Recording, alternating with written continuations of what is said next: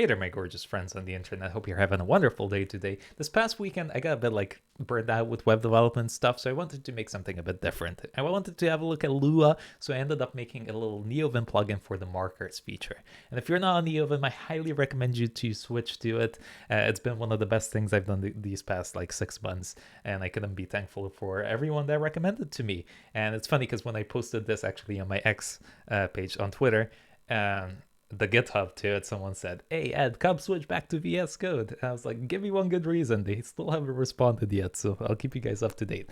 But what's bothered me with the normal native marking feature in NeoVim. So if you don't know what it is or how it works, you basically press the string key, right, the quotation marks, and you get this pop-up here. And what you can do is basically press M and then 1, for example, or MQ, and then I can go down here and press MW like that. And then if I do the quotation marks Q, see, it jumps to those specific spots, right? Now, if you do lowercase, it basically means, so we are, let's see, in the init file here, right?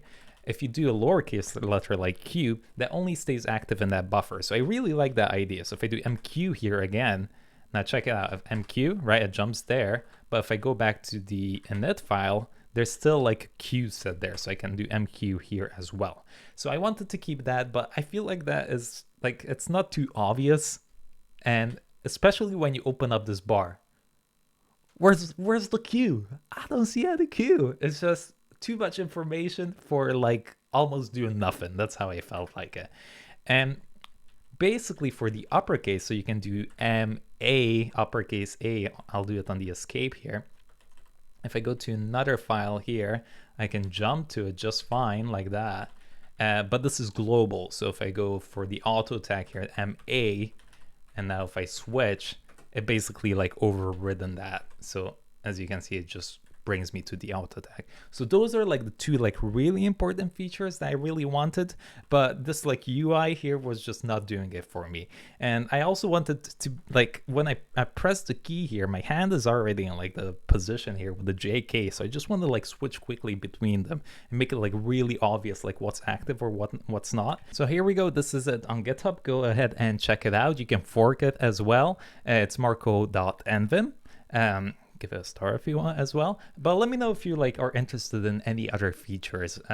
Just write a comment. I'll happily add the features that you feel are missing. But let me quickly give you a look. So here we go. We have this. I'll just enable it quickly. And I just have some basic config here. I have a width and a height for the pop-up box that's gonna show, and the border. You can make it straight or rounded.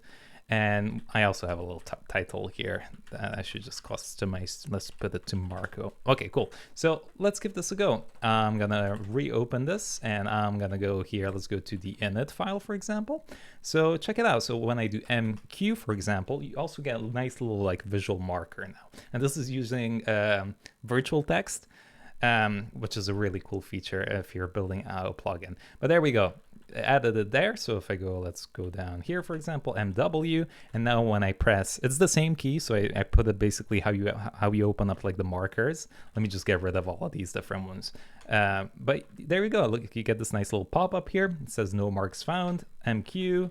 I can do MW here, and look at that. It's really simple, really easy to read. You can see the file name is right there in front of your face, and then you can click and click. And this is using JK, so it's super easy to just go in between them. If you want to delete, pop it open, press D, and done, boom.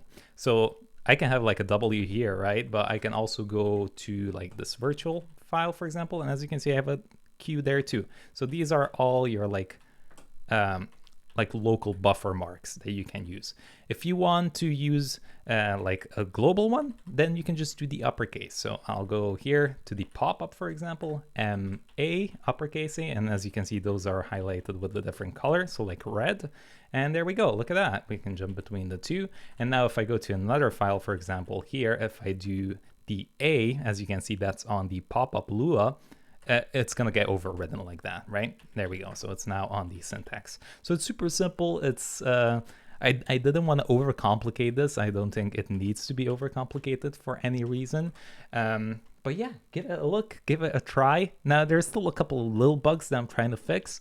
For example, if I said like, I still haven't figured this out, but if I do MQ, MW here, I'll do an uppercase one. There we go. Let me just put a couple here, right? So the way I have it programmed is basically that you're gonna have like the global ones at the top, and then you have the lowercase ones at the bottom.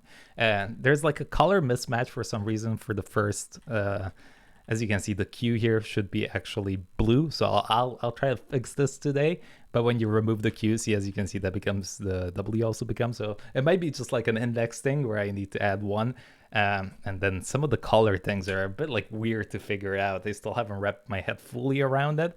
But yeah, that's gonna get changed as well. So, but yeah, that's pretty much it. I wanted to keep this short and sweet. Other than that, you know, we got this new keyboard. Let me tell you, this is a game changer. Coming over from the MX keys, I initially wanted to do like a stream and to review this, but I feel like I need to give it like a proper go and use it for like a month to get like a good idea. And the funny thing is, I originally thought I'm gonna get this and that's it. Like I'm gonna just get a good keyboard and be done with it.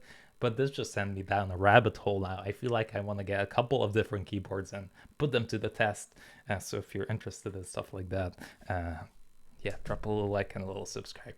Okay, I'll catch you in the next one. Peace.